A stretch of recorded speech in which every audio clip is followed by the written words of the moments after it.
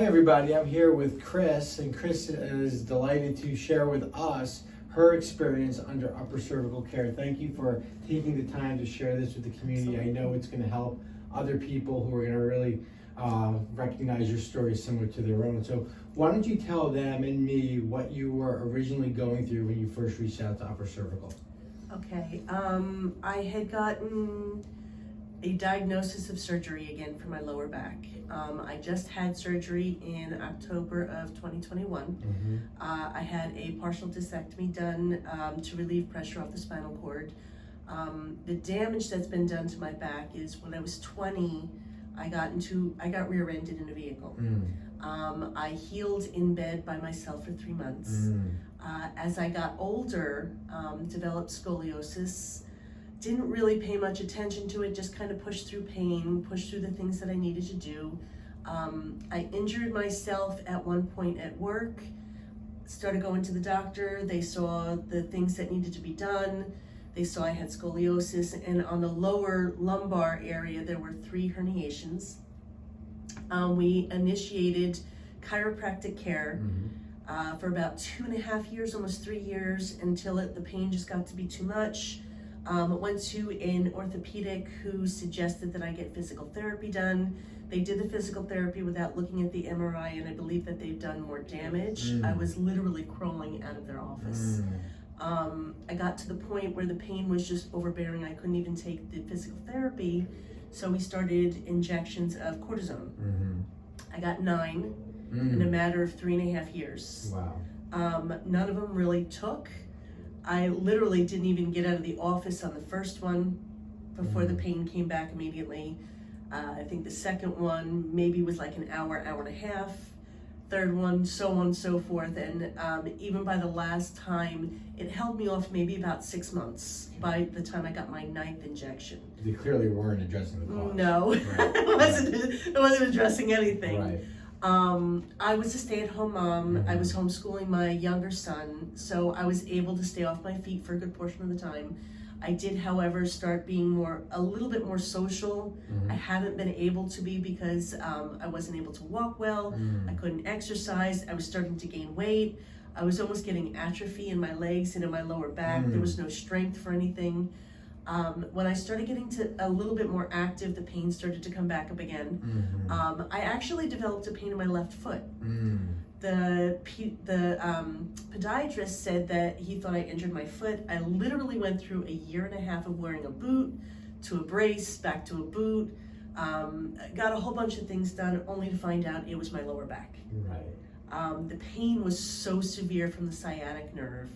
I went to a local orthopedic doctor who said I would have to do 10 hours of surgery.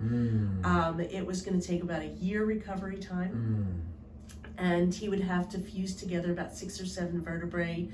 And honestly, in the office in front of my husband and I said, I really don't want to stand that long on my feet. This is just as we were going into COVID time. He showed just absolute distaste of wanting to go into the surgery. We were hurt. I was scarred. I was very afraid.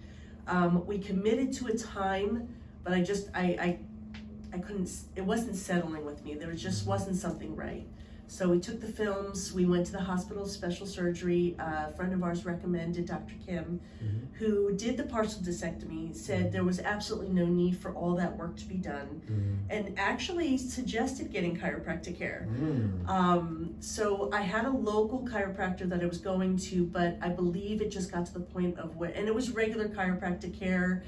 It wasn't twisting and turning because I couldn't handle a lot of that. He was using the torque method, but at that point I think it was just maintenance. He really wasn't making any major changes. There wasn't a lot of movement. That was another 3 years of that. Wow. I started working. My son graduated out of homeschool. I started working and developed a really severe pain in both of my feet. The podiatrist, a new podiatrist I went to, had said that if I didn't get off of my feet, that I would end up crippled. So I asked why. A lot of fear out there. Yeah, a whole lot. Stoking fear. Asked what the situation was, why would this be, and she's like, well, it's really hard to explain. I thought that was your job. Right. So my boss, who is a functional medicine doctor, had told me about SoftWave Therapy. Right. Which I said, okay, that sounds amazing. Mm-hmm. I've heard about stem cell, I've heard about doing this type of therapy, I've heard a lot of different things going around, but wasn't fully educated on all of it. So we decided to seek out Upper Cervical, because this is where that was. And on top of it, you also introduced a new way of doing chiropractic care for me. Correct. I didn't realize, again, I was fully educated when I came here, of realizing how much comes from the cervical neck and in that area, and how everything can righten itself. But in, I guess, next to each other, doing the SoftWave and the Upper Cervical care, I started seeing changes, massive changes, just within the first, I'd have to say, month of therapy.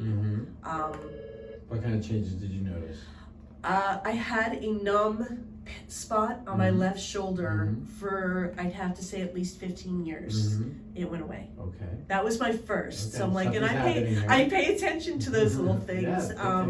I had injured my shoulder when I was younger, so that pain that I would get every once in a while was slowly receding. And then as I was going along, I noticed that the pain in my feet was starting to not be as often. It wasn't an every day. I didn't have to, walk for an hour and then be wiped out for the rest of the day.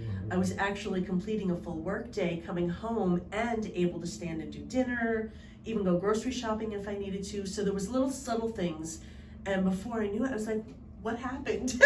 Those little things are big things. Those little things are our life. They were huge. Yeah, that's our daily life. My husband was excited because we can actually start going out to dinner, because I could sit at an actual table. Because you were having tailbone pain. Oh, it was almost impossible. Right. And we specifically got recliner chairs. The whole living room set was recliner chairs because I had to at least elevate the feet. And even being elevated, when I took the elevation off and went to step down, I would lose my footing because I couldn't feel my feet, or the pain would just shoot all the way up the back and into the neck area. That pain is all gone. Awesome. I no longer have pain in my feet. The little things like the numbness in the back, the pain that I had underneath the shoulder here, that would every once in a while cause a spasm, is completely gone. I would get a rib pain over here from the tightness of the spine, and that pain is completely gone. I haven't had an issue with that since. It's little things, but all those little things made such a huge difference in my life. Right. And it just changed so drastically. My husband's like, okay, we're going on vacation. What are we doing this time? I'm like, okay, slow down. I still have to go slow, but I'm able to do more than I've ever been able to do at 52 than I was even at 30. Wow, that's amazing. I can work out now. I'm starting to lose weight because I can actually do physical work, which is exciting because my husband and I can go out and work out together now. So, I mean, I don't push it, I promise. Well, you're on your healing journey. Yes. I think one of the things to really point out is this is, you're a patient who has had so much chiropractic care in the past, and people hear chiropractic and they kind of lump all chiropractors together, but just like medicine and law, there's lots of different approaches. So what would you say to the person that's either looking at upper cervical care or looking at SoftWave therapy or the combination of the two, but they're not sure if it's right for them? What would you say to that person? I respect the upper cervical over any other chiropractic care that I had, and only because of experience. The nerve, and every room in here has a chart that lays out what that nerve pattern is. And in the short time that I wait, it's not a long time, but in the short time that I wait, I'm able to look at those charts and actually view, wow. So I can understand how come I'm getting those headaches. I can understand how come, the chest pain is coming. It's not my heart, it's actually up in my neck. It's not my shoulder, it's actually up in my neck. It's not my kidney or my liver, it's actually up in my neck. And when you see how it all branches out into the body, moving the spine, twisting and turning, the vertebrae isn't just what it's all about. It's literally aligning the whole body so you have complete and total care. said perfectly. Oh, thanks. Well, I want to thank you for allowing our team to care for you. You're the reason we do what we do, because we know that when your health is impacted, it affects your whole family and your community. So thank you very much, Chris. And I absolutely respect the business that you do here. If I can just say one more thing, one of the things I really appreciated about this particular practice is that you guys are a family, and we are a part of that family. And when I first found out that you have your morning meetings, you meet about each client, so they're all covered. Everybody's on board. Everybody knows the same thing. You're really looking at our files. You're really paying attention to each individual need, and you're making it aware to your entire staff. It's not just you coming in, quickly looking at the computer and doing what needs to be done. It's appreciated that we are respected as patients and seen as people and not just a number. 100%. I'm glad you noticed that. Absolutely. Thank you so much.